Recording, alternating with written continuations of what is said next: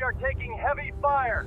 Need immediate air support. 8 submarines, 15 minutes, 0 survivors from 7 crews. May 12th, 1943. Captain Heinrich Vogel stood in his conning tower, watching the sun glint off calm Atlantic waters, absolutely certain no Allied aircraft could reach him here. He was wrong. Dead wrong.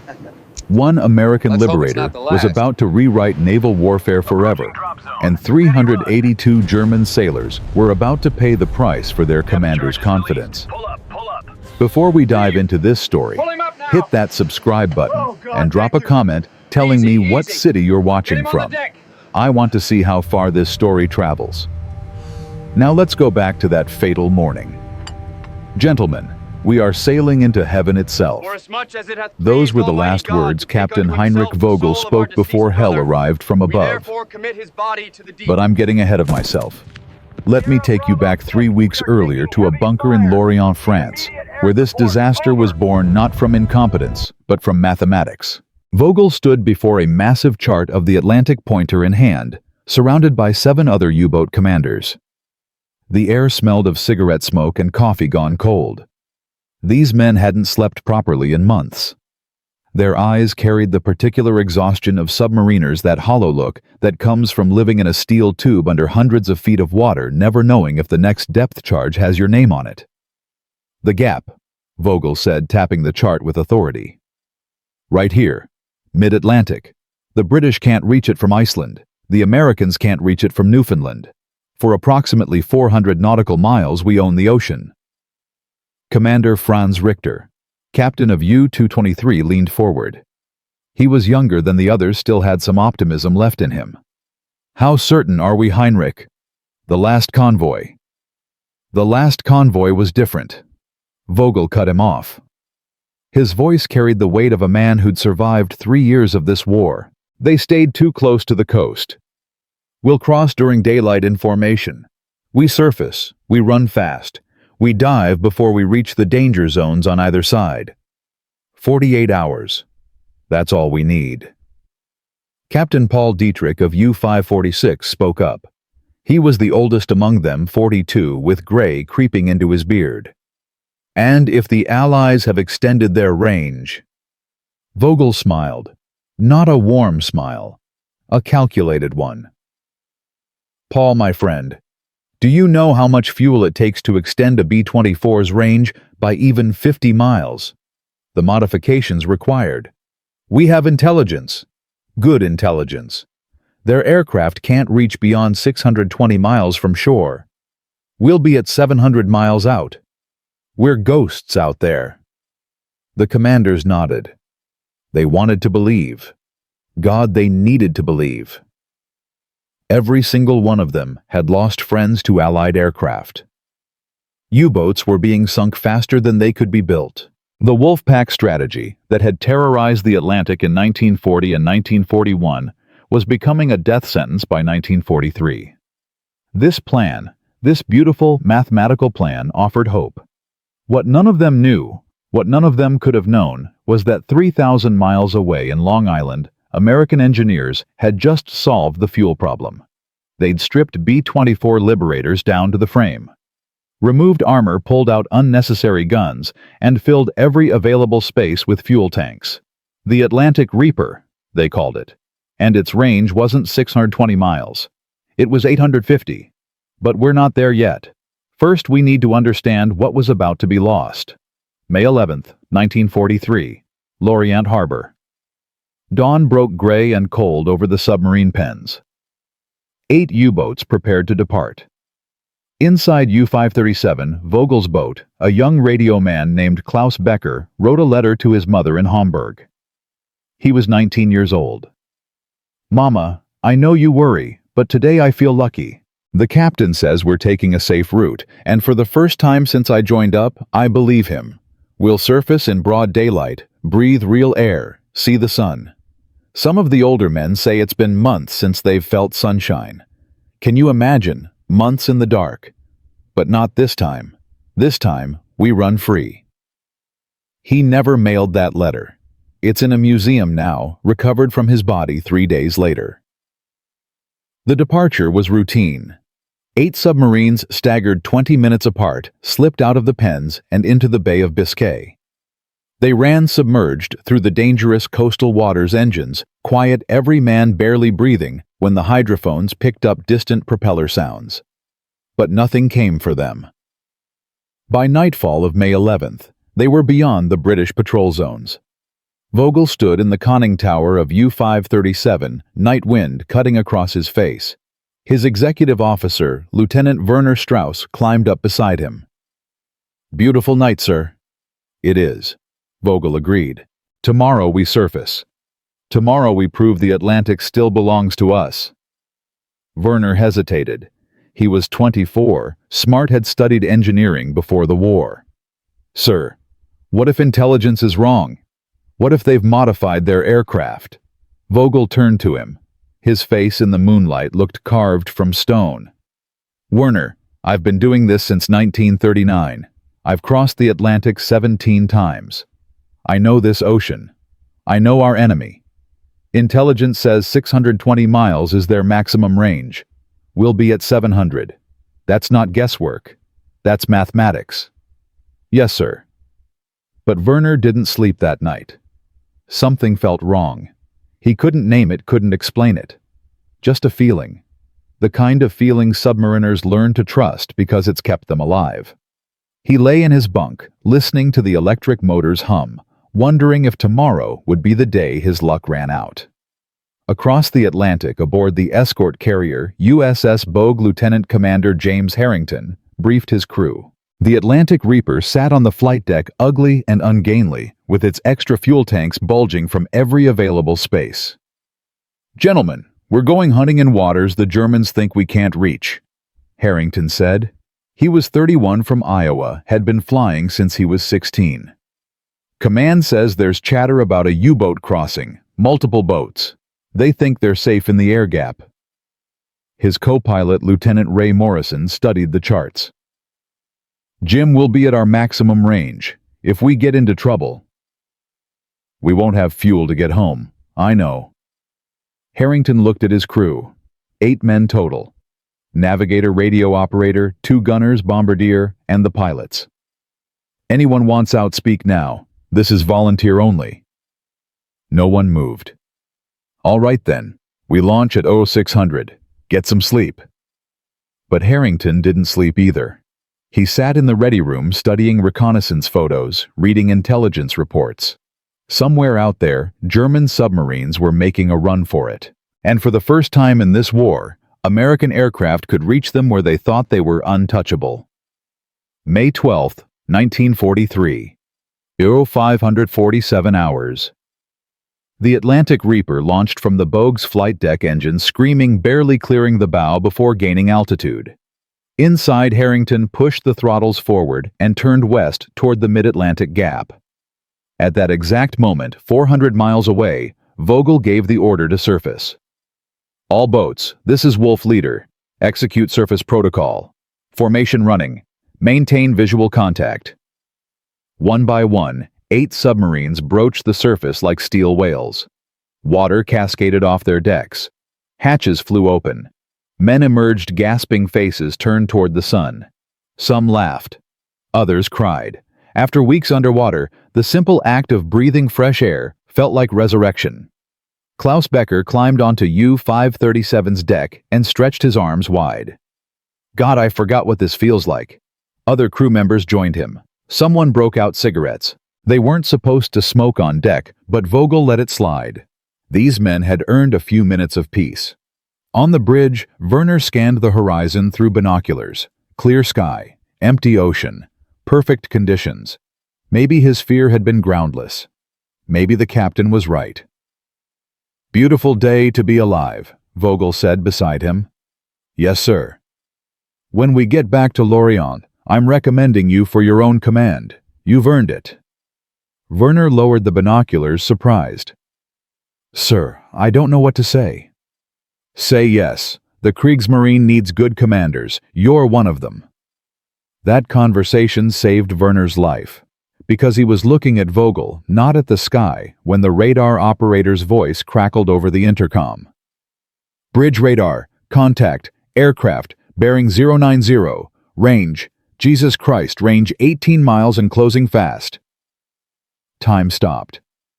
Vogel grabbed the intercom. All boats aircraft spotted crash dive. Crash dive. But it was already too late. Aboard the Atlantic Reaper, Harrington's bombardier Sergeant Mike Chen had 8 U-boats on his radar scope, like gifts from God.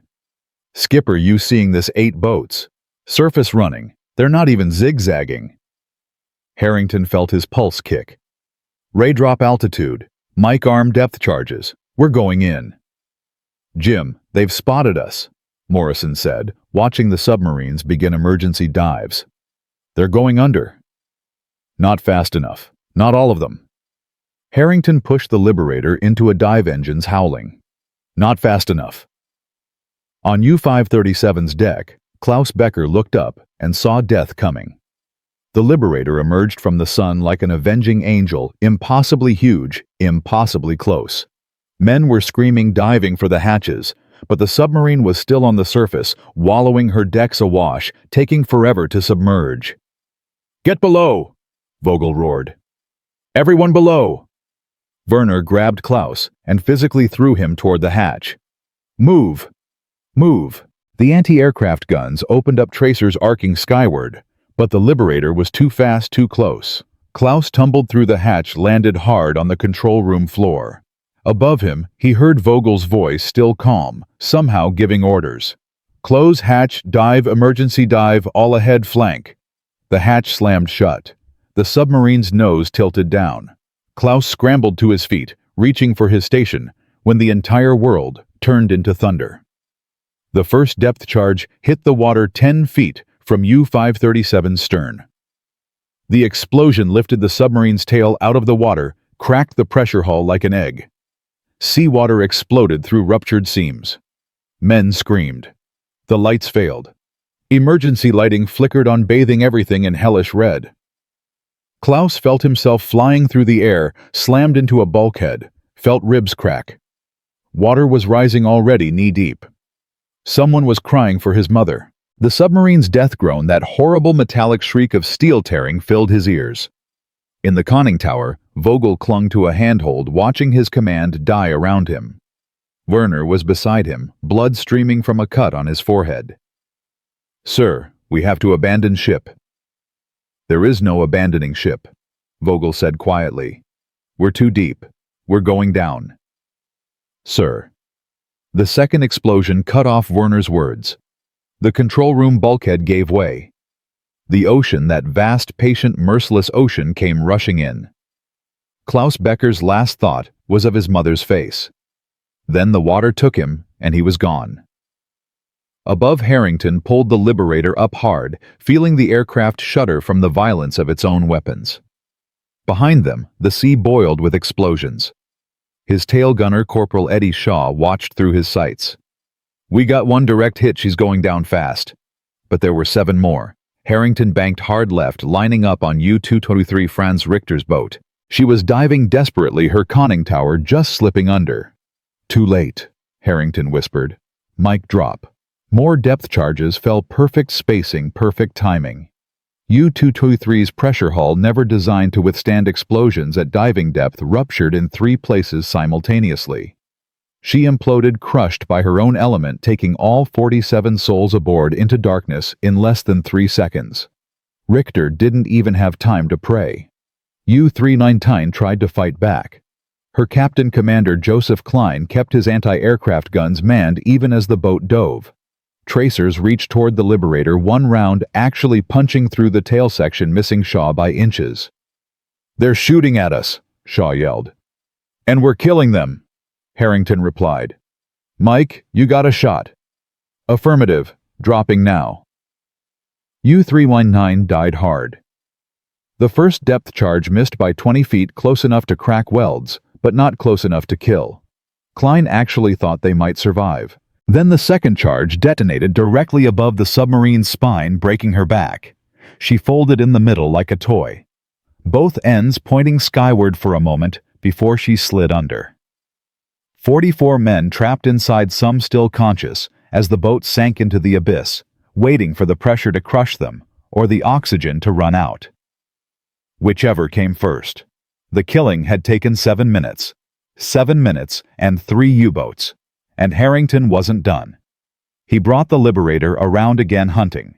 His crew was silent now, professional loading more depth charges scanning for targets.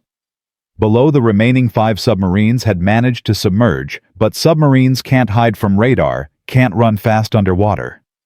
They were wounded animals now, and Harrington was death on wings.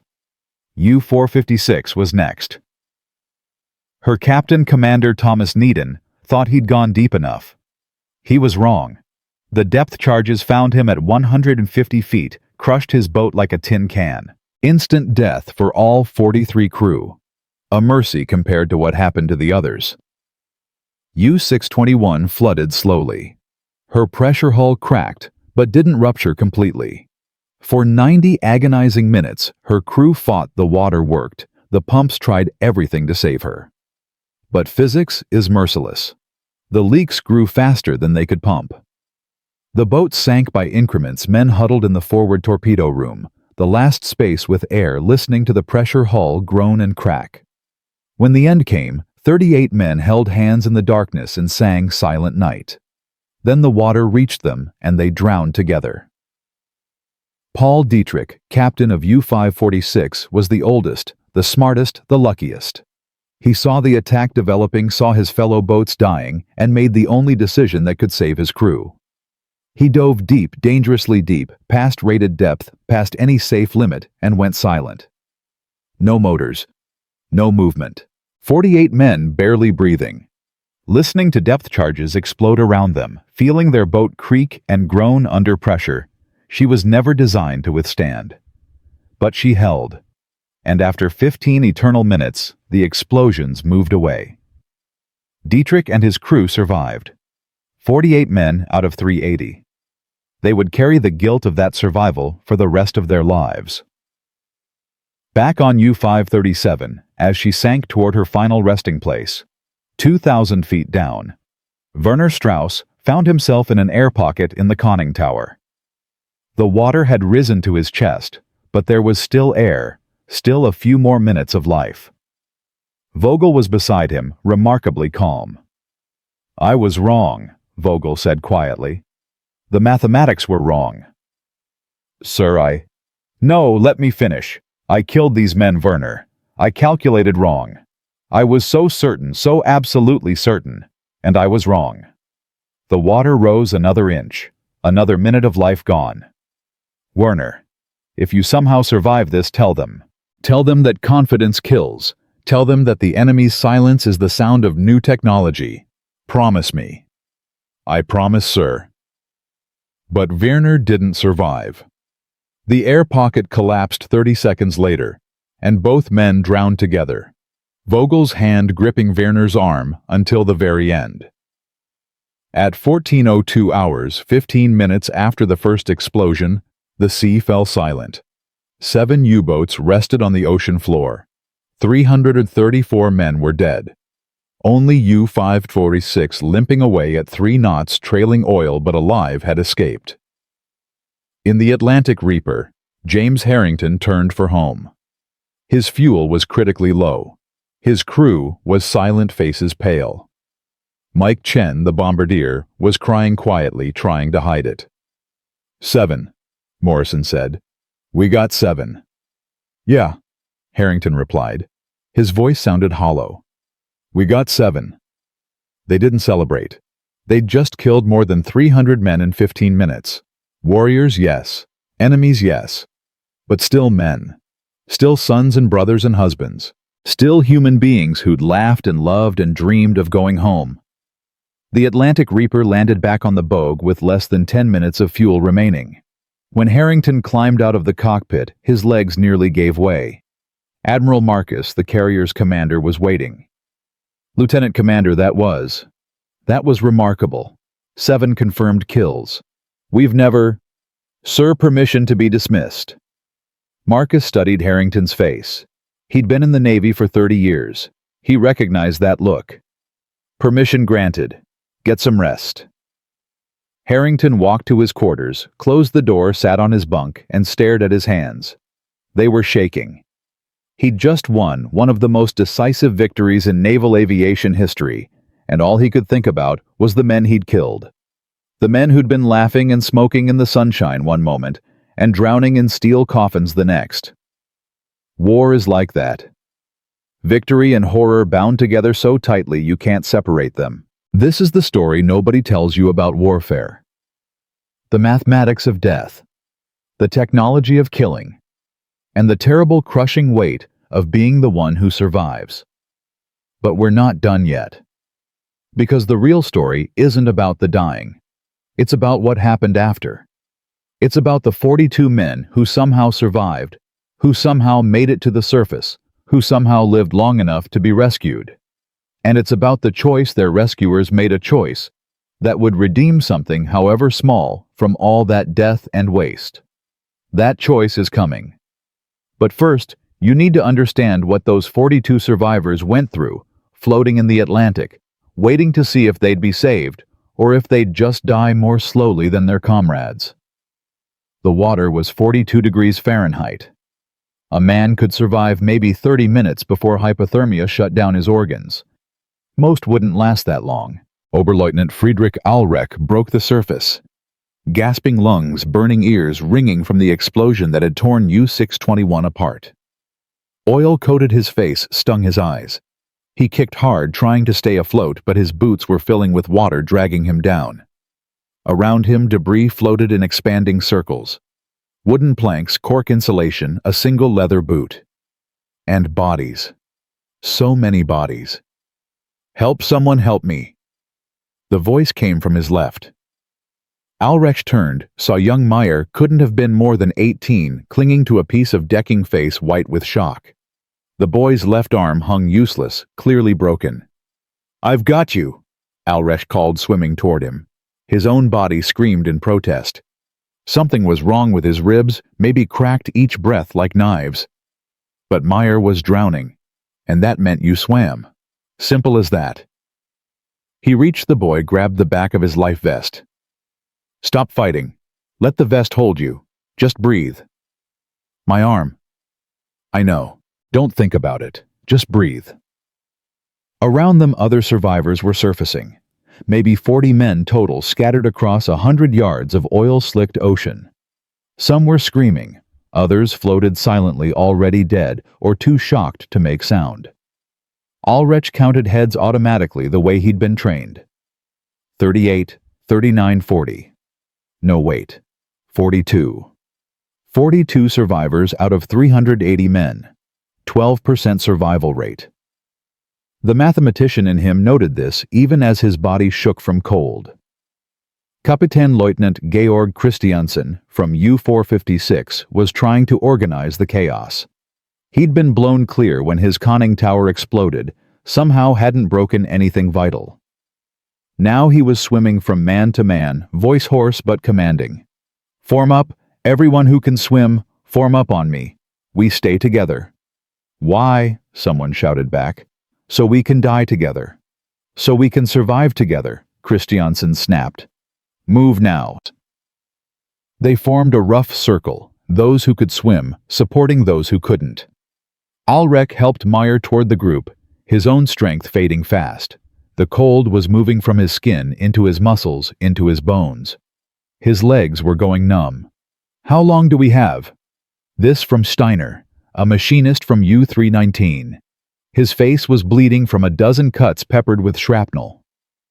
Christiansen looked at the sky. Clear. No clouds. The Liberator had disappeared eastward 15 minutes ago. In this water, maybe an hour before hypothermia takes most of us. Maybe less. Then we're dead. Not yet. Christiansen's voice carried an authority that came from surviving 2 years of this war. The Allies monitor these waters. Someone will have heard the explosions. Someone will come. To save us or finish us? Alrecht asked. Christiansen met his eyes. Does it matter? It was a good question. Death by drowning or death in a prisoner camp, which was preferable, Ulrich wasn't sure anymore. He'd seen what happened to POWs. The camps in Canada weren't terrible from what they'd heard, but still, cages were cages.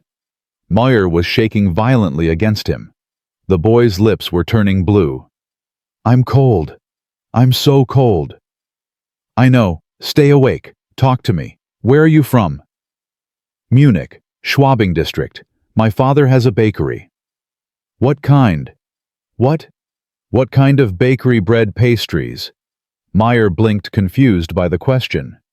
"Both. He makes these apple strudels every Sunday. People line up down the block." "I bet they're good." "The best. He uses real butter even now with rationing. Saves it all week." The boy's eyes were drifting closed. "I promised him I'd come home. I promised." Ulrich shook him. "Then stay awake. You don't keep promises by dying." But Meyer was fading. They all were. Ulrich could feel his own consciousness starting to blur at the edges. The cold was inside him now, in his chest, in his heart. His arms felt like lead. Keeping Meyer afloat was becoming impossible. "I can't hold him," he said to no one in particular. "I'm losing him." Steiner swam over, grabbed Meyer's other side. "We hold together, all of us." They held.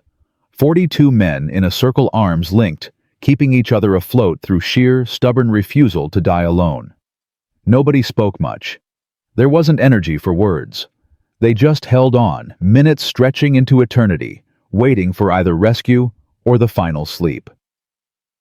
23 miles northeast, aboard the Canadian corvette HMCS Drumheller sonar operator, Charles Webb pulled off his headphones and turned to his commanding officer. "Sir, I've got something. Multiple explosions bearing 270. Big ones." Commander Anthony Griffin studied the plot. "Distance. Maybe 20 miles. Could be depth charges. Could be a convoy under attack." Griffin didn't hesitate. "Come to 270. All ahead full. Sound action stations." The Drumheller was a Flower-class corvette, 205 feet of welded steel, designed for one purpose: killing submarines. She carried depth charges, Hedgehog mortars, and a crew of 85 men who'd been hunting U-boats in the North Atlantic for 2 years. They were good at their job, very good. But what they found when they arrived 90 minutes later wasn't a battle. It was a graveyard. Lieutenant Commander John Patterson Griffin's executive officer stood on the bridge wing with binoculars.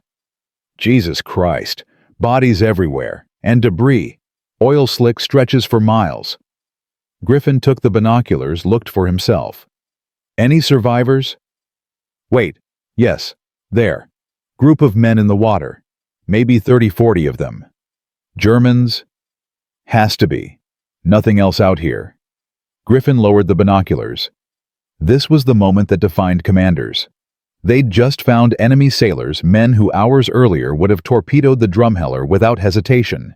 Men whose submarines had killed thousands of Allied merchant sailors. The rules of war said you could leave them. Nobody would question it. In fact, many would approve. Griffin spoke quietly. "Bring us alongside.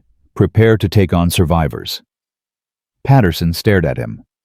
"Sir." "You heard me. They're sailors. They're in the water. We're taking them aboard." "Sir, they're Germans. They're drowning." Griffin's voice hardened. "I don't care what flag they sailed under. We're the Royal Canadian Navy, not butchers. Bring us alongside." "Aye, sir." The Drumheller's crew weren't happy about it. You could see it in their faces as they lined the rails with heaving lines and scramble nets. These were men who'd seen friends die on torpedoed merchant ships, who'd pulled burned bodies from oily water, who'd spent years hunting submarines with single-minded fury. But they followed orders. Because that's what sailors do. Able seaman Robert Mackay leaned over the rail as the corvette approached the German survivors. "Look at them. Half dead already." His mate, Seaman Thomas Reed, spat over the side. "Good. Let them freeze." "Tom. My brother died on a convoy ship last year. torpedoed by one of these bastards. He burned alive in the fuel oil. So forgive me if I'm not feeling charitable." McKay didn't have an answer for that. He just threw his heaving line toward the nearest German and hoped it landed close. It did. Friedrich Ahlreck, nearly unconscious, felt the rope hit his shoulder. His fingers, numb and clumsy, somehow closed around it. "I've got it. Pull." Canadian sailors hauled. Ahlreck came up against the corvette's hull, found the scramble net, started climbing. His arms had no strength left. He made it 3 feet before his grip failed. "He's falling." McKay leaned far over the rail, grabbed Ahlreck's life vest, held on. "Tom, help me!" Reed hesitated for maybe 2 seconds. Then he grabbed on too. Together, they hauled the German officer over the rail and onto the deck. Ahlreck collapsed, coughing up seawater, shaking uncontrollably. "Get him below," McKay said. "Get them all below." One by one, 42 Germans came aboard the Drumheller. Some could climb the nets themselves. Others had to be hauled up like cargo, unconscious, or nearly so. Young Meyer, with his broken arm, screamed when they moved him. Steiner, the machinist, vomited oil and seawater the moment he hit the deck. Christensen, the senior officer, refused assistance until every one of his men was aboard first. "Take them," he told McKay, pushing away the offered hand. "I come up last." "You're the commander." "I was. Now I'm just a prisoner. Take my men first." McKay found himself respecting the German despite everything. "All right. But if you die of cold while we're doing it, that's on you." "Then I die. My men first." It took 40 minutes to recover all 42 survivors. 2 died during the rescue. Their hearts simply stopped from hypothermia. The Drumheller's doctor-surgeon, Lieutenant David Morrison, worked frantically to save the rest. 40 German sailors crammed into the corvette's mess deck, wrapped in blankets, given hot soup and coffee, despite the crew's muttering. Reed stood in the corner watching a German sailor, couldn't have been more than 19, drink coffee with shaking hands. The boy was crying. "Look at that," Reed said bitterly. "Crying. Like he's the victim." Morrison, passing with medical supplies, stopped. "He is a victim. They all are. They didn't start this war any more than you did. They just got caught in it. They sank Allied ships. They killed... And we just killed 7 of their submarines. We killed 334 of their friends. Everyone's killed somebody. Everyone's lost somebody." Morrison's voice was tired. "We can keep killing, or we can remember we're still human beings. Your choice." Reed had no answer for that either. Below deck, Ahlreck sat with Meyer, whose arm Morrison had splinted. The boy was still shaking, still white-faced, but alive. "We survived," Meyer whispered. "I can't believe we survived." "Neither can I." Christiansen sat nearby, head in his hands. As the senior surviving officer, he'd have to write the reports. Have to explain how 8 U-boats left Lorient and only 1 returned. Have to tell 334 families that their sons, husbands, fathers weren't coming home. "It was the aircraft," he said quietly. 1 aircraft, 15 minutes. That's all it took. Ahlreck nodded. The gap wasn't a gap. It was a trap. No, it was progress. We calculated based on old intelligence. They improved their technology. We paid the price. Christensen looked up, his eyes haunted. Vogel was so certain, so absolutely certain, and certainty killed us all. Above on the bridge, Commander Griffin watched the sun set over the oil-slicked water. Patterson joined him. "Medical says 40 of the 42 will survive. Lost 2 during recovery." 40. Griffin's voice was flat. 40 out of 380. 12%. "The war's changing, sir. Our aircraft are reaching farther. Our radar's getting better. The U-boats don't own the Atlantic anymore." "No, now we do." Griffin didn't sound triumphant. He sounded tired. "And killing 334 men in 15 minutes, that's supposed to be victory." Patterson had no answer. "Get a burial detail," Griffin said. "The two who died, they get a proper sea burial. Full honors. They were submariners. They died at sea. The sea is their proper grave. Sir, the crew won't like. I don't care what the crew likes. Those men served their country with honor. They deserve respect in death." Griffin turned to face his XO. "We're fighting a war, Patterson. We're not animals. Get the detail." "Aye, sir." That evening, as the sun touched the horizon, the Drumheller's crew assembled on deck. The two German dead were wrapped in canvas weights at their feet.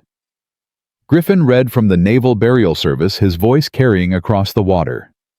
"We therefore commit their bodies to the deep, looking for the resurrection of the body, when the sea shall give up her dead."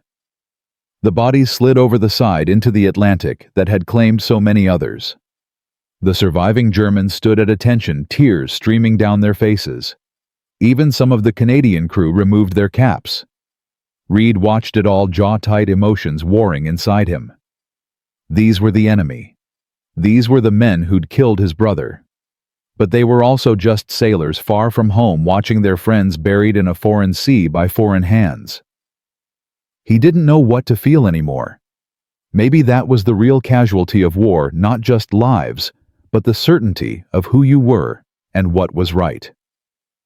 Below deck that night, the Germans tried to process what had happened. Survival, rescue, kindness from enemies. It didn't make sense in the context of war they'd been taught. "Why did they save us?" Meyer asked Alrek. "They could have left us." "I don't know. Humanity, maybe. Or just being sailors. We understand the sea. Maybe that's bigger than flags and uniforms." Christiansen overheard. "The Captain Griffin, he gave us blankets, hot food, medical care. He buried our dead with honors. A lesser man wouldn't have." "A lesser man would have let us drown," Steiner added quietly. "And honestly, part of me wishes he had. I don't know how to live with what happened today. 334 men. Gone. Just gone." The survivors sat in silence, each man processing his own guilt and trauma. They'd lived when their friends had died. They'd been saved by their enemies. They'd lost a war in 15 minutes and gained their lives from men they'd been trying to kill just hours before. War makes no sense. But sometimes in small moments between the killing, humanity breaks through. 40 German sailors learned that on May 12, 1943, wrapped in Canadian blankets aboard a Canadian corvette, drinking Canadian coffee and wondering how they'd ever explain this to anyone back home. Even in the frozen waters of death, even in oil and debris and 334 silent graves, there were still hearts that whispered hope. Still hands that reached to save rather than kill. Still men who chose humanity over hatred. That's what the history books miss. The mathematics of mercy. The technology of compassion. The terrible, beautiful truth that even in war's darkest moments, we can still choose to be human. The news reached Berlin at 0342 hours on May 13, 1943. Admiral Karl Donitz was asleep in his quarters at the Kriegsmarine headquarters when his aide knocked. "Sir, urgent communication from BDU operations." Donitz sat up, instantly awake. "You didn't survive 3 years commanding the U-boat fleet by being slow to respond." "What is it?" "Sir, Convoy Wolf operation. 7 boats are missing, presumed lost." The Admiral's face went blank. Not shock, not grief, just blank. 7.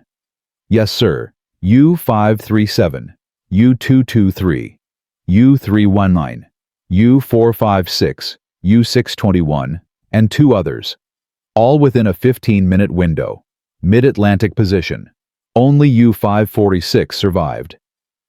Donitz stood pulled on his uniform jacket. His hands didn't shake. They couldn't. Not where anyone could see. "Survivors. Unknown. Sir, U-546 reported witnessing the attacks before diving. American Liberator aircraft. Single plane. 1 plane destroyed 7 U-boats in 15 minutes. Yes, sir." Donitz walked to his desk, sat down heavily. The mathematics were impossible. Except they weren't impossible because they'd happened. 7 boats. 380 men. Gone. Just gone. Get me Vogel's operational plan. I want to see every calculation, every assumption, every piece of intelligence he based his decisions on. The aide hesitated. Sir Captain Vogel was aboard U-537. Then he's dead. Good. At least I don't have to court-martial him. Donitz's voice was ice. Get me the plans, now. Alone in his office 20 minutes later, Donitz spread the charts and reports across his desk. Vogel's plan was meticulous. Perfect, really, based on solid intelligence about Allied aircraft range. The air gap was real. The calculations were correct, except the Allies had changed the equation. New fuel tanks, modified aircraft, extended range, and German intelligence had missed it completely. Donitz picked up a red pencil and drew a line through the mid-Atlantic. Then another. Then another. His hand moved faster, slashing through operational zones, crossing out patrol areas, eliminating entire strategic concepts. The Wolfpack doctrine, surface running in daylight, overwhelming convoys through coordinated attacks, was finished. Dead as Vogel and his 380 men. He picked up the phone. Get me all U-boat commanders currently in port. Emergency briefing. 0800 hours, every single one. At 0800 hours, on May 13th, 37, U-boat captains assembled in the briefing room at Lorient. They knew something terrible had happened. You could feel it in the silence. Donitz walked to the podium. No preliminaries, no softening. Yesterday, we lost 7 boats in 15 minutes. 1 American aircraft, 380 men dead. The air gap no longer exists. The room erupted, men shouting questions, demanding details, some refusing to believe. Donitz let them rage for exactly 30 seconds. Then he slammed his fist on the podium. Silence. They fell quiet. You want to know what happened? I'll tell you what happened. We believed our own intelligence. We trusted our calculations. We thought we understood the enemy's capabilities. We were wrong. And 380 men paid for our arrogance with their lives. Korvettenkapitän Hermann Rasch, one of the most decorated commanders in the fleet, stood. Sir, with respect, if the air gap is gone, where do we operate? Underwater. Only underwater. From this moment forward, no U-boat surfaces during daylight hours, unless in immediate danger. None. I don't care if your batteries are dead and your air is foul. You stay down. Sir, that cuts our operational range by... I know what it cuts. It also keeps you alive. Donitz's voice softened slightly. Gentlemen, I'm not sending any more of you to die on the surface. The war has changed. We change with it, or we die with it. Dismissed. The commanders filed out in stunned silence. The Wolfpack era was over. The glory days of surface attacks and multiple kills were finished. From now on, it was hide and pray. Hunt and run. Survive, and maybe, just maybe, sink a ship or two before the Allies' technology found you and killed you. Rasch stopped Donitz on his way out. Carl, 7 boats. How do we recover from this? We don't. We adapt. Donitz met his eyes. And we never ever trust certainty again. 3,000 miles away, James Harrington sat in the USS Bogue's ready room with a Navy psychologist named Captain Robert Hayes. The interview was mandatory after any combat action resulting in significant enemy casualties. Tell me what you're feeling, Commander. Harrington stared at his hands. They'd stopped shaking 2 days ago, but he could still feel the tremble inside. I'm feeling like I killed 300 men. You were following orders. Engaging enemy combatants. I know the words. I know the justifications. Doesn't change what I did. Harrington looked up. Do you know what it takes to kill that many people in 15 minutes? Not physically. I mean mentally. What it does to you. Hayes said nothing. Just listened. I see them every time I close my eyes. Not their faces. I never saw their faces, but I see the boats breaking apart. I see the debris, and I know that inside each one were 40-50 men drowning in the dark, trapped, screaming, dying because I pushed a button and said drop. You saved Allied lives. Those U-boats would have sunk convoy ships, killed merchant sailors. I know, and that's what makes it so goddamn confusing. Because I'm proud of what we did. We just changed naval warfare. We proved that aircraft can hunt submarines anywhere on the ocean. We won. But I killed 300 men to do it, and some part of me died with them. Harrington's voice cracked. How do you live with that? How do you go back to Iowa after the war and explain to people what you did? Hayes leaned forward. Commander, you're asking the right questions. Men who don't ask those questions, they're the ones who scare me. You're human. You're processing trauma. That's healthy. Doesn't feel healthy. It never does. But you'll carry this. You'll learn to live with it. And maybe someday you'll find a way to make peace with what happened. Harrington nodded, but didn't believe him. Some things you don't make peace with. Some things you just carry. Aboard the HMCS Drumheller, now 4 days into its voyage back to Halifax, the 40 German survivors were starting to process their own trauma. They lived in the forward mess deck, guarded but treated humanely. The Canadian crew had largely stopped seeing them as enemies. Hard to hate men you've saved from drowning. Friedrich Alrich had become the unofficial spokesperson for the survivors. He spoke English well enough to communicate with Commander Griffin, and the two men had developed a grudging mutual respect. Permission to speak, Commander. Griffin looked up from his paperwork. Granted. My men are struggling, sir. The guilt, the loss. We lost friends, brothers. Some of them aren't eating, aren't sleeping. What do you expect me to do about it? Let us work. Give us tasks. Sitting idle just makes them think. Thinking is killing them. Griffin considered this. You understand you're prisoners of war. There are protocols. I understand. But there are also humans. We need purpose, sir. Even temporary purpose. Even enemy purpose. Griffin made a decision he'd probably regret. All right, your men can assist with ship maintenance. Under supervision. No access to sensitive areas. But they can work. Thank you, sir. Don't thank me yet. Half my crew still wants to throw you overboard. The German survivors worked alongside Canadian sailors for the next 3 days. Swabbing decks, moving supplies, performing maintenance. It was awkward at first. Men who'd been trying to kill each other now passing wrenches and sharing cigarettes during breaks. Robert McKay found himself working next to Steiner, the German machinist. Neither spoke the other's language well, but they managed through gestures and broken phrases. This valve, McKay said, pointing, needs tightening. Steiner nodded, grabbed a wrench, applied it expertly. Good now. They worked in silence for a while. Then McKay spoke quietly. My mate Tom, his brother died on a convoy ship last year, torpedoed. Steiner stopped working. I am sorry. Yeah, me too. But the thing is, I keep thinking maybe it was your boat. Maybe it was one of the boats we just sank. How do we live with that? How do we work together, knowing we've killed each other's friends? Steiner set down his wrench. We live because we must. We work because we are sailors.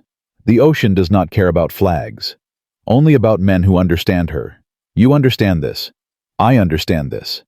Maybe that is enough. McKay nodded slowly. Maybe.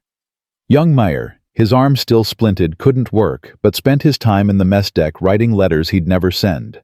Letters to his father, to his mother, to the families of men who'd died. Dear Frau Klein, you don't know me, but I served with your son Joseph on U-319. He was brave. When the attack came, he kept his men calm. He died doing his duty. I'm sorry I survived when he didn't. I'm sorry for everything. He wrote 17 letters, one for each friend he'd lost.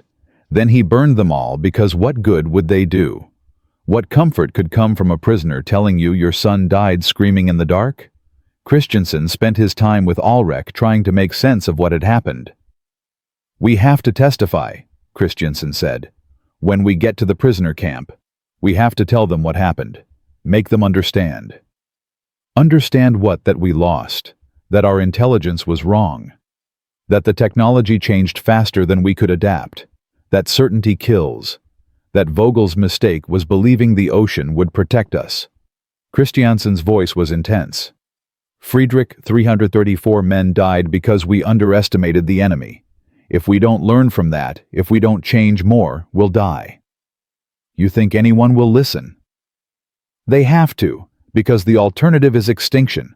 The Allies own the air now. They own the surface. Soon they'll own the depths too.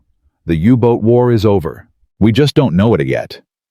Ulrich wanted to argue, but couldn't. The evidence was too clear. 7 submarines destroyed in 15 minutes by 1 aircraft. The mathematics were brutal and undeniable. On May 17, 1943, the HMCS Drumheller entered Halifax Harbor. Word had spread about the German survivors, and a crowd gathered at the docks. Some were curious, others were angry. Several held signs, "Hang the U-boat murderers," and "Remember the merchant sailors." Commander Griffin stood on the bridge watching the crowd. "This is going to be ugly." Patterson agreed. "Shore patrols ready, but if the crowd rushes the dock, then we protect our prisoners. They're under our care. That means something." The Drumheller tied up. Shore patrol formed a cordon. The 40 German survivors were brought on deck. Hands bound, faces pale. The crowd pressed forward, shouting. Someone threw a bottle. It shattered on the dock near Meyer's feet. Griffin stepped to the rail and addressed the crowd through a megaphone. "These men are prisoners of war under the protection of the Royal Canadian Navy and the Geneva Convention. They will be treated with dignity and respect. Anyone who attempts to harm them will be arrested and prosecuted. That's not a request, that's an order." The crowd muttered but held back. The Germans were led down the gangway through the hostile gauntlet into waiting trucks. Ulrich looked back once at the Drumheller at Griffin, standing on the rail, and raised his bound hands in salute. Griffin returned it. Enemy to enemy, sailor to sailor. The prisoner of war camp at Bowmanville, Ontario, became home for the 40 survivors. It wasn't terrible as camps go. Adequate food, shelter, medical care. But it was still a cage, and cages eat at a man's soul. Ulrich Christensen and the others were debriefed by Allied intelligence officers who wanted every detail about U-boat operations technology tactics. They gave what they could without betraying critical secrets, walking the line between cooperation and treason. "Tell me about the attack." The intelligence officer Major Thomas Bradford asked Christensen. "The aircraft that destroyed your convoy. What made it different?" "Range. It appeared where no aircraft should be. We thought we were safe. We weren't." "Did your command know about modified Allied aircraft extended fuel capacity?" "No. Our intelligence said the air gap was real. We believed it." Christensen leaned forward. "Major, you need to understand something. This wasn't incompetence. It was technological surprise. You improved your aircraft faster than our intelligence could track. That's what won the battle." Bradford made notes. "And what does this mean for the U-boat war?" "It means it's over. You just don't know it yet." The words hung in the air like prophecy. Months became years. The 40 survivors remained at Bowmanville, watching the war continue without them. They learned of more U-boat losses, more technological advances. The Allies getting stronger while the Kriegsmarine bled out. By 1945, when Germany finally surrendered, over 30,000 U-boat crew members had died. 75% casualties. The highest loss rate of any military service in the war. The survivors of Convoy Wolf lived with the knowledge that they were the lucky ones. They'd experienced the turning point firsthand, survived the moment when the ocean stopped protecting submarines and became their graveyard instead. After the war, some returned to Germany and tried to forget. Others, like Ulrich, couldn't forget. They spent years processing what had happened, trying to understand how technology and tactics had combined to create such devastation. In 1967, Friedrich Alrek returned to Canada. Not as a prisoner this time, but as a guest. He'd spent 22 years thinking about Commander Anthony Griffin, the man who'd saved his life when he could have left him to drown. He needed to say thank you. They met in a small restaurant in Halifax. Two old men, gray-haired and slower, carrying decades of memory and trauma. "I never expected to see you again," Griffin said. "I never expected to survive to see you again." Alrek's English had improved over the years. "Commander, I've spent 2 decades trying to understand what you did, why you saved us. We were the enemy. You were sailors in the water. That's all that mattered. But we'd killed Allied sailors, sunk Allied ships. You had every reason to leave us." Griffin was quiet for a long moment. "When I looked at you in that water, I didn't see Germans. I saw men. Young men, old men, scared men. And I knew that if I left you there, I'd become something I didn't want to be. The ocean takes enough from us without us adding to its cruelty." Alrek felt tears on his face. "You gave us our lives back. You treated us with dignity when you didn't have to. I need you to know what that meant. What it still means." They talked for hours that day. About the war, the attack, the survivors. About how technology had changed warfare. About the cost of progress measured in young lives. About how even in humanity's darkest moments, compassion could survive. "Do you regret it?" Alrek asked. "Saving us?" "Never, not once." Griffin's voice was firm. "We were fighting a war, not murdering men. There's a difference. I chose to remember that difference." In prison camps built to silence men, whispers still crossed the wire. In oceans meant for dying hands, still reached to save. In wars designed to destroy humanity, some men chose to preserve it instead. That choice, more than any weapon or tactic, defined who we were when the killing finally stopped. That conversation in Halifax stayed with both men, but the story didn't end there. Because what happened to the technology that killed 334 men in 15 minutes didn't stop on May 12, 1943. It accelerated. By June 1943, the U.S. Navy had produced 47 modified B-24 Liberators with extended range. By September, that number reached 200. The air gap, that precious sanctuary where submarines once ran free, ceased to exist anywhere in the Atlantic. German U-boat losses went from sustainable to catastrophic. In May alone, 41 U-boats were destroyed. Donitz called it Black May. His commanders called it slaughter. James Harrington flew 63 more missions after that first attack. He sank 4 more U-boats, damaged 7 others, and received the Navy Cross for valor.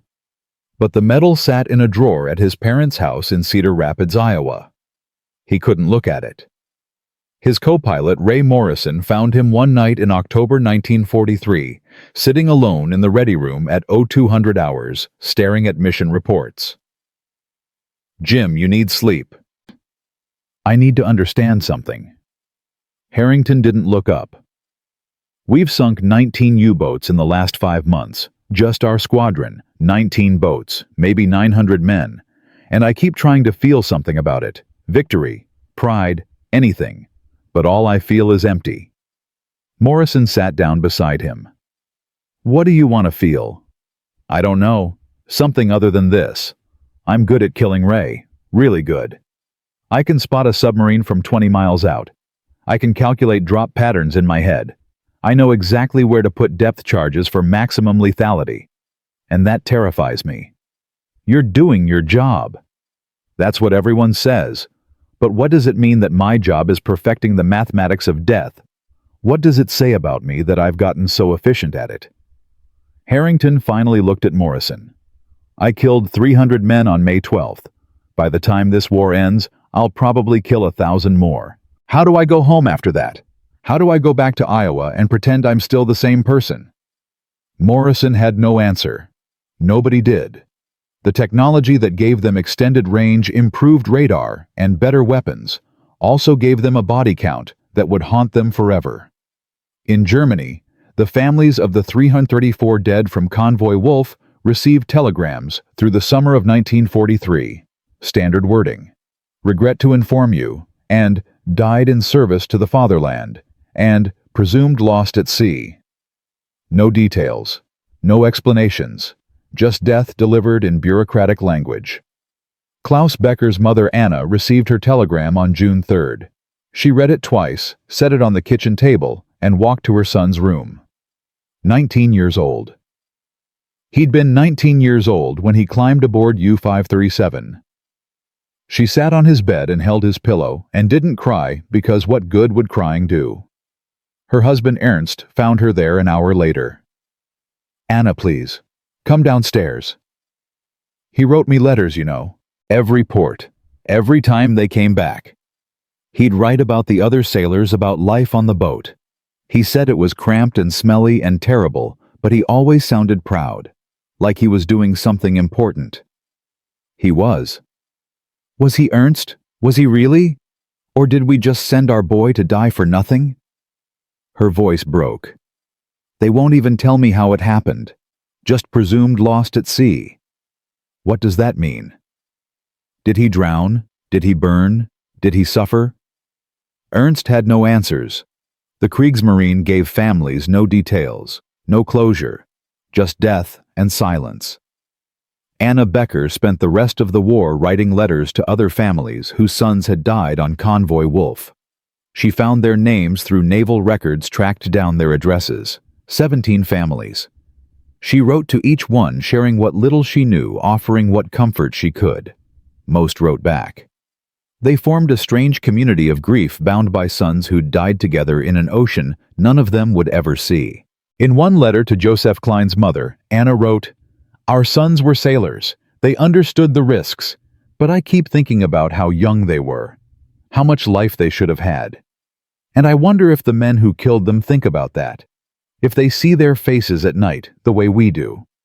She never knew that James Harrington did see their faces, that he'd spent years imagining the men he'd killed, giving them names and families and lives in his mind because the guilt demanded it. By early 1944, the war had shifted decisively. The Allies controlled the Atlantic. D-Day was approaching. The Luftwaffe was being ground down over Germany. And the U-boat service was dying by degrees, sending out younger and younger crews who lasted weeks instead of months. Paul Dietrich, the only U-boat captain to survive the Convoy Wolf attack, was reassigned to U-873 in February 1944. He'd spent 8 months in psychological evaluation after U-546 limped back to Lorient, depression, survivor's guilt, what they now call PTSD. The doctors cleared him for duty because Germany needed commanders, even broken ones.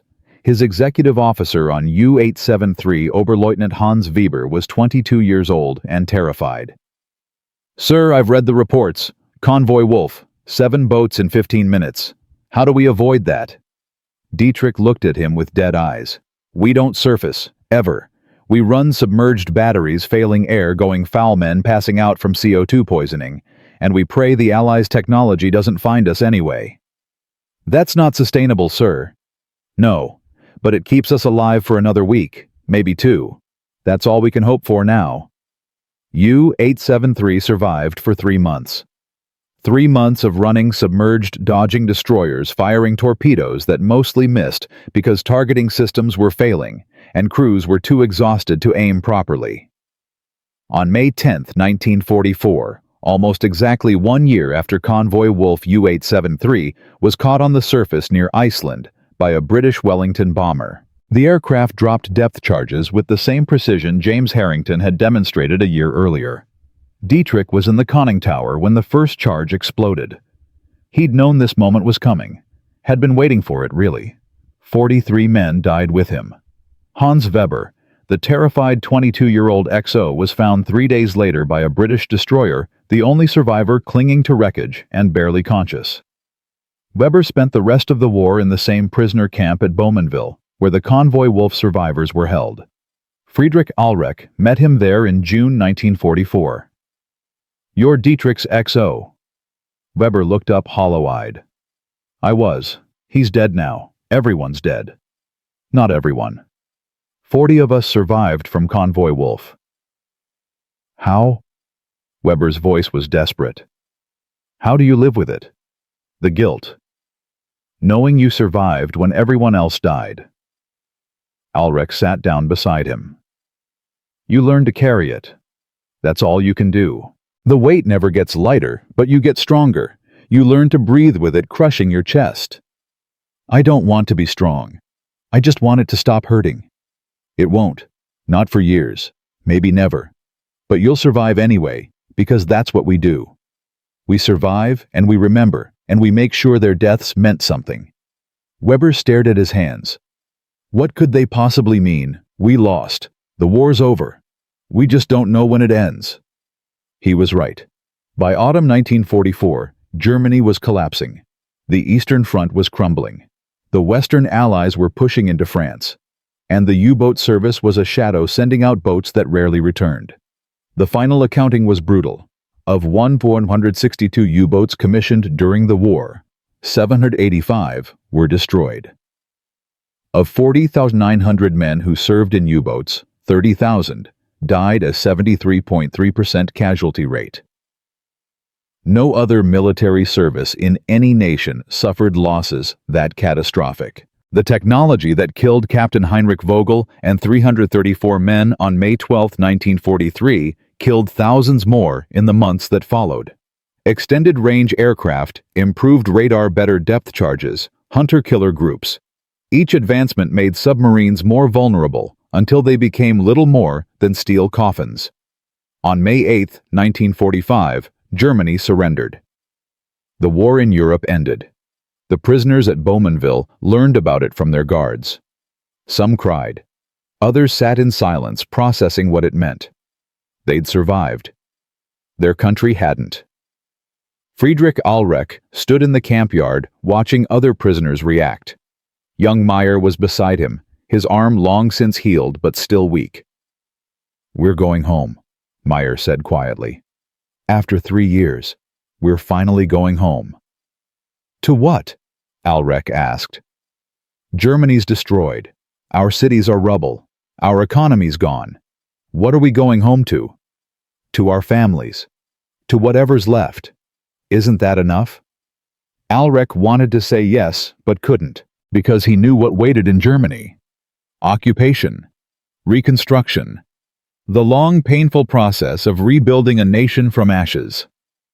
And the even longer process of rebuilding souls from trauma. The prisoners were repatriated through the summer and fall of 1945. Slow trains across Canada, ships across the Atlantic, trucks through occupied Germany. They came home to a country that barely resembled what they'd left. Meyer returned to Munich in October. His father's bakery had been destroyed in an Allied bombing raid in 1944. His mother was living in a displaced persons camp. His father had died of pneumonia that winter. The life he'd dreamed about during those terrible hours in the Atlantic was gone. But he rebuilt. Used his naval engineering training to get work in reconstruction. Married in 1947. Had 3 children. Spent 30 years never talking about the war until his grandson asked in 1975, "Opa, what did you do in the war?" Meyer told him everything. About U-621. About the attack. About floating in freezing water waiting to die. About Commander Griffin and the Canadian sailors who'd saved him when they could have let him drown. "Why did they save you?" his grandson asked. "Because they chose to be human instead of just warriors. Because even in war, some men remember that mercy matters more than victory." James Harrington came home to Cedar Rapids in December 1945. Heroes welcome. Parade down First Avenue. The mayor gave a speech about courage and service. Harrington smiled and waved and shook hands and felt absolutely nothing. His mother found him that night sitting in the backyard staring at nothing. "Jamie, you should be celebrating. You're home. You're safe." Mom, I killed over 1,000 men during the war. 1,000 men. I can tell you exactly how many. 1047. I kept count. And I don't know how to stop seeing their faces. You were doing your duty. I know. Everyone keeps saying that. But it doesn't change what I did. It doesn't change that somewhere in Germany there are families who lost sons and husbands and fathers because of me. And I'm supposed to come home and pretend that's okay, that it was worth it. His mother sat beside him. Was it worth it? I don't know. We won. Hitler's dead. The camps are liberated. The war's over. That's worth something. But 1047 men are still dead because of me, and I'll carry that until I die.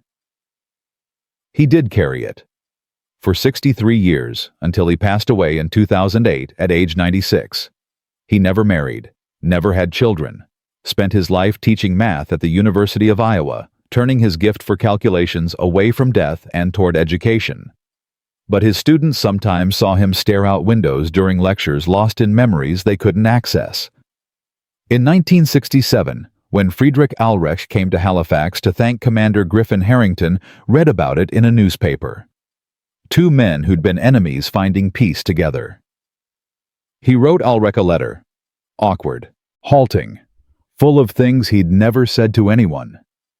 Dear Mr. Ahlreich, I am the pilot who destroyed your convoy on May 12, 1943. I've spent 24 years trying to understand what I should feel about that day. I was doing my duty. You were doing yours. We were both caught in something larger than ourselves. But 334 men still died, and I was the instrument of their death. I need you to know that I think about them, that I've never stopped thinking about them, that if I could go back and change what happened, I don't know if I would, because the war needed to be won, but I wish there had been another way. I'm sorry for your loss. I'm sorry for all of it. Ahlreich wrote back, Dear Lieutenant Commander Harrington, I received your letter with great emotion. Please know that I do not blame you. You were a warrior doing what warriors do. The blame belongs to those who started the war, not those who fought it. My friends died quickly, which is more mercy than many received in that war. And you gave them a warrior's death which carries its own honor. I hope you find peace. I hope we all find peace. They never met in person. Sometimes reconciliation happens through letters and distance because facing each other would be too much. But the exchange gave both men something they needed. Not forgiveness exactly, not absolution, but acknowledgement, understanding. The recognition that on opposite sides of the same terrible equation, they'd both been human beings trying to survive. The final chapter of Convoy Wolf didn't end with the war. It ended in 1998, when the last survivor, young Meyer, now old Meyer, passed away at 73. Cancer. Quick and relatively painless. His children gathered at his bedside in that Munich hospital, and his daughter asked what he wanted them to remember. Remember that we were all young once, that we fought in a war we didn't start for reasons we didn't fully understand. Remember that enemies became friends because good men chose compassion over hatred. And remember that even in history's darkest moments, humanity survived because some people refused to let it die. He closed his eyes. His last words were in English learned in that Canadian prison camp 55 years earlier. Thank you, Commander Griffin. Thank you for my life. Freedom came for the Convoy Wolf survivors in 1945, but it came too late for 334 men who'd already vanished into the Atlantic's depths. It came with scars and trauma, and memories that never faded. It came with the knowledge that technology had changed warfare forever, that machines now killed with precision, that made human courage almost irrelevant. But it also came with unexpected grace. With Canadian sailors who chose to save rather than kill. With commanders who remembered honor even in war's chaos. With former enemies who became brothers through shared suffering. Freedom arrived, but it was built on the graves of thousands who never lived to see it. never knew that their deaths would change naval warfare, never understood that they were the last generation to fight that kind of war in that kind of way. They died in darkness in steel tombs, in an ocean that kept their secrets. And those who survived carried their memories forward, refusing to let them be forgotten, insisting that their lives and deaths meant something beyond statistics and strategy. That's the real story of Convoy Wolf. Not just the tactics and technology, but the human cost measured in letters, never sent families, never reunited, and survivors who spent lifetimes wondering why they lived when so many others died. The years that followed brought something unexpected. Not closure. There's no such thing after that kind of trauma, but understanding. A slow, painful process of making sense of what happened on May 12, 1943, and what it meant for everyone who survived. In 1983, 40 years after the attack, the Canadian government erected a memorial in Halifax Harbor. Simple granite stone. Names carved in alphabetical order. Not just the 334 Germans who died, but also the names of Allied sailors killed by U-boats in the same waters. Enemy and friend together. The inscription read, "The ocean took them all equally. May we remember them equally." Friedrich Ahlrich attended the dedication ceremony. He was 71 years old, walked with a cane, but stood straight when they unveiled the stone. Commander Anthony Griffin stood beside him, both men in civilian clothes, both men crying. "I never thought I'd see this," Ahlrich said quietly. "Our names, their names, together." Griffin gripped his shoulder. "You earned this, all of you. You served with honor. You died with honor. That deserves remembering." A reporter approached them afterward. Young woman, maybe 25, carrying a notebook. "Mr. Ahlrich, Commander Griffin, can I ask you both something? 40 years later, how do you make sense of what happened, the killing, the survival, all of it?" Ahlrich and Griffin looked at each other. Some kind of understanding passed between them. "You don't make sense of it," Ahlrich said. "You just carry it. But memorials like this, they help. They say that even in war, even in killing, we were still human beings, still worthy of remembering." "Do you hate each other?" the reporter asked. "After everything," Griffin answered. "Hate, no. How can I hate a man I saved? How can he hate a man who gave him his life back? We were enemies once. Now we're just two old sailors who understand something most people never will. That war makes everyone a victim, even the ones who survive." The reporter scribbled notes. "One more question. What do you want people to learn from Convoy Wolf?" Ahlrich spoke first. "That certainty kills. That technology changes faster than intelligence can track. That underestimating your enemy is suicide." Griffin added, "That even in war's darkest moments we can choose compassion. That mercy matters. That treating enemies with dignity doesn't make you weak, it makes you human." The article ran in papers across Canada and Germany. It sparked something. Other survivors started coming forward, not just from Convoy Wolf, but from other battles, other tragedies. Men who'd spent 40 years silent, suddenly finding voices. Hans Weber, the young XO, who'd survived U-873's sinking, read the article in his apartment in Hamburg. He'd spent 40 years working as an accountant, never talking about the war, drinking too much, sleeping too little. The article made something crack inside him. He wrote to Ahlrich. Long letter. Everything he'd never said. The guilt, the nightmares, the feeling that he should have died with his crew.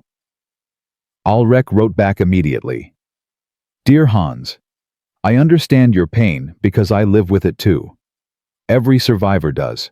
We carry the weight of those who didn't make it.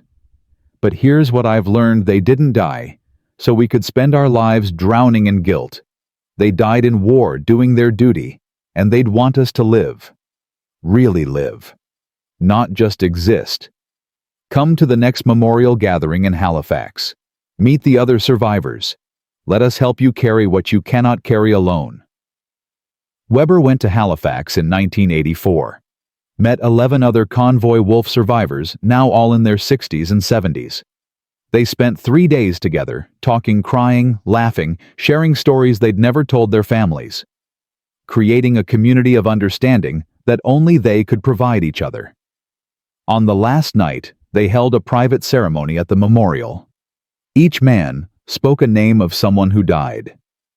Sometimes just a name, sometimes a story. They went through all 334 names. It took 4 hours. When they finished, they stood in silence, watching the harbor lights reflect off the water. Meyer, now 62, spoke quietly. "My father died while I was in the prison camp. I never got to say goodbye, never got to tell him I loved him. But I think he'd be proud that we're here, that we're remembering, that we haven't let hatred win." Christensen, the senior surviving officer, was 81. His voice was weak but steady. "Gentlemen, we are the last witnesses. When we die, no one will be left who remembers what really happened. Not the propaganda, not the sanitized history, but the truth, the fear, the cold, the moment between life and death. We have a duty to speak that truth while we can." They made a pact that night. They would tell their stories, to schools, to historians, to anyone who would listen. Because memory is resistance. Because silence lets truth die. Because the dead deserved better than to be forgotten or turned into political abstractions. Over the next decade, the survivors spoke at naval academies, universities, high schools. Some talks went well, others didn't. Young people sometimes couldn't understand why they'd show sympathy for enemies. Veterans sometimes accused them of betraying their dead friends by befriending the Allies. But they kept talking. Because the alternative was letting Convoy Wolf become just another statistic. 7 U-boats destroyed, 334 dead. Next topic. They refused to let it be that simple. In 1993, 50 years after the attack, James Harrington finally broke his silence. He was 81 years old, dying of prostate cancer, and decided he'd carried his secrets long enough. He contacted a naval historian named Dr. Sarah Chen at the University of Iowa. "I need to tell you about May 12, 1943. I need someone to understand what it was like, not the tactics, not the technology, what it was like to kill 300 men in 15 minutes and spend 50 years wondering if you're a hero or a murderer." Dr. Chen recorded 30 hours of interviews. Harrington talked about everything: the training, the mission, the attack, the faces he'd imagined for 50 years, the guilt that never faded, the pride he felt and hated feeling, the complexity of being good at something terrible. "People want simple stories," he told her. "Hero kills bad guys. America wins. Roll credits." But it wasn't simple. Those weren't bad guys in the water. They were sailors doing their job same as me. I was just better at killing than they were at surviving. And that's what haunts me. Not that I killed them, but that I was so goddamn efficient at it. Dr. Chen asked the hardest question. "Lieutenant Commander, if you could go back, would you change what you did?" Harrington was quiet for a long time. When he spoke, his voice was barely audible. "No. The war had to be won. Those U-boats would have killed Allied sailors. I saved lives by taking lives. But I'd want to do it with more understanding, more awareness of what I was really doing. I was 23 years old, Dr. Chen. 23. I thought I understood war. I understood nothing." The interviews were published in 1995. They reached Friedrich Ulrich in Germany. He was 83, nearly blind, but his daughter read him passages over the phone. When she finished, he was crying. "Tell him I understand. Tell him it's okay. Tell him we were all just young men caught in something bigger than ourselves." Ulrich died in 1996. Harrington died in 2008. Meyer in 1998. Christiansen in 2001. Weber in 2005. One by one, the last witnesses passed away, taking their first-hand memories with them. But before they died, they'd done something remarkable. They'd created a record. Letters, interviews, testimonies. A complete picture of what happened on May 12, 1943 from both sides. Not sanitized, not propagandized, just honest human testimony about war's terrible mathematics. In 2013, 70 years after the attack, the German and Canadian navies held a joint memorial ceremony in the mid-Atlantic. 2 ships, 1 German frigate, 1 Canadian destroyer, met at the approximate coordinates where Convoy Wolf was destroyed. Sailors from both nations gathered on deck. The German captain, Fregattenkapitän Andreas Klein, spoke first. "We gather here to remember 334 men who died in these waters. They were our grandfathers, our great-uncles, our historical brothers. They served their country as they understood duty. They deserve our remembrance." The Canadian Captain Commander Michel Tessier followed. "We also remember the compassion shown by HMCS Drumheller's crew, who chose to save rather than kill, who treated enemies as human beings, who showed us that even in war mercy matters. That legacy lives in both our navies today." They dropped wreaths into the ocean, played taps, stood in silence. Sailors from nations that had been enemies now stood together, honoring the dead and the complicated legacy of technological warfare. That ceremony was broadcast on military channels. A young American pilot, Lieutenant Jessica Torres, watched it aboard the USS Theodore Roosevelt. She was 26, flew. Super Hornets had been in combat over Syria and Afghanistan. The ceremony moved something in her. She wrote in her journal that night, "Watched the Convoy Wolf Memorial today. 70 years ago, 1 aircraft killed 334 men in 15 minutes. Now their descendants stand together remembering. Makes me think about the people I've bombed, the targets I've hit. I don't know their names, don't know their families, but they were people, real people, and I killed them with precision weapons from 30,000 feet.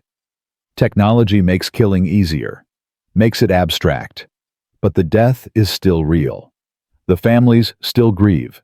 The Convoy Wolf survivors understood that. I need to understand it too." She kept that journal for the rest of her career. When she retired in 2024, she donated it to the Naval Aviation Museum. Her testimony sits alongside Harrington's interviews, part of the growing archive of warriors grappling with what they've done. The legacy of Convoy Wolf isn't just about tactics and technology. It's about the eternal struggle to remain human in inhuman circumstances. It's about choosing compassion when hatred would be easier. It's about carrying guilt and grief and still finding ways to live with honor. In 2020, a German graduate student named Thomas Becker, great-grandson of Klaus Becker, the young radio man who died on U-537, traveled to Cedar Rapids to visit James Harrington's grave. He'd spent 3 years researching his great-grandfather's death, reading testimonies, studying the battle. He stood at Harrington's headstone and spoke quietly. "Lieutenant Commander, you killed my great-grandfather on May 12, 1943. He was 19 years old. He wrote a letter to his mother the day before he died, talking about how lucky he felt, how safe. He was wrong. You made him wrong. But I don't hate you. I've read your testimony. I understand you were doing your duty. I understand you carried the weight of what you did. I just wanted you to know Klaus Becker existed. He had a name, he had a family, he mattered, and we still remember him." Thomas placed a stone on the headstone, the Jewish tradition of honoring the dead. Then he placed another stone at the base, one he'd brought from Germany, from the memorial where Klaus Becker's name is carved. 2 stones, 2 men, 2 nations. Bound by violence, but remembered with love. That's how we survive history's traumas. Not by forgetting, not by sanitizing, but by remembering fully honestly with all the complexity and pain intact. By refusing to turn real people into symbols or statistics. By insisting that every name carved on every memorial represents a life that mattered, a family that grieved, a story that deserves telling. The technology that destroyed Convoy Wolf has evolved beyond recognition. Modern submarines are nearly undetectable.